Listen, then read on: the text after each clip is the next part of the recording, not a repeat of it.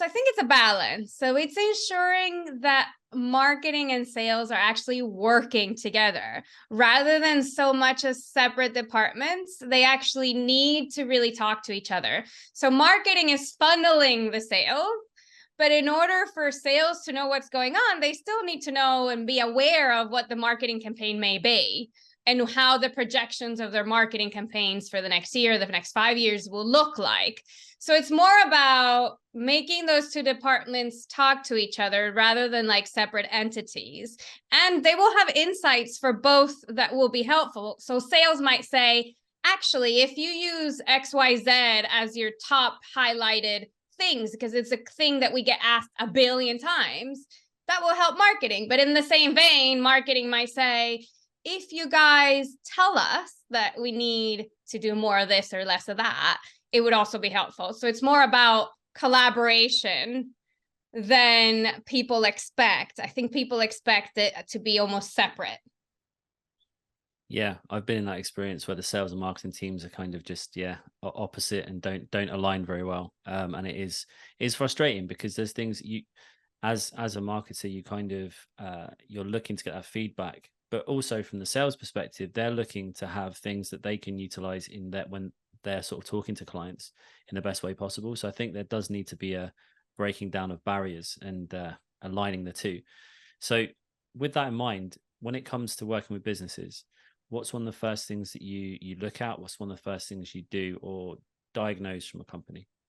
That's a great question. So I find that the discovery call is almost like counseling session for that business owner. They start with an idea what they think they want, and then the last 10 minutes it's like writing down a whole bible of what they think needs to be done.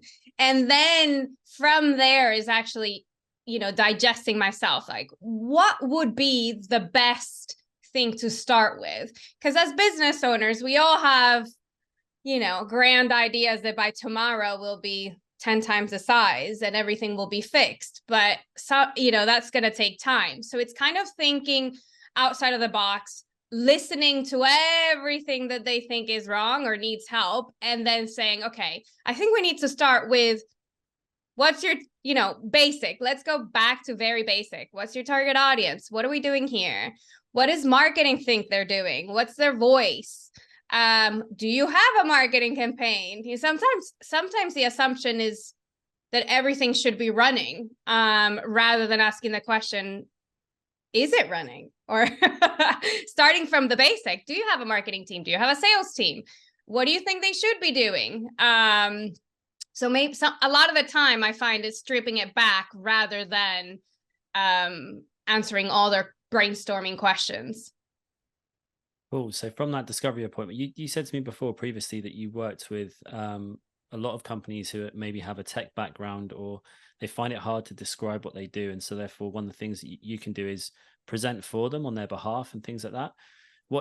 One side of that is, do you still do that? But two, is that something that is crucial do you think in terms of businesses getting their message out there from the presentation point of view and those sort of pitches?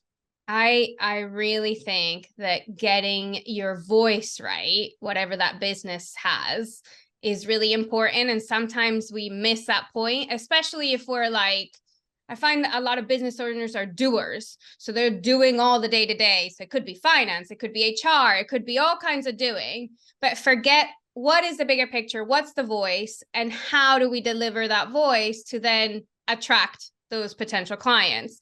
So I do still help them out with that, with shouting out about what they do. I find that a lot of them don't really want to shine. They're sometimes it's cultural. Sometimes it's like, oh, I'm shy. I don't want to say it.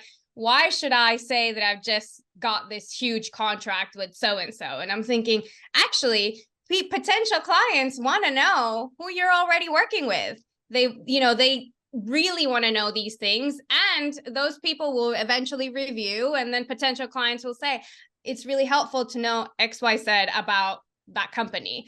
So it's not about being shy, and it's not either about shouting too much. It's about showing what you do and making it aware for other people.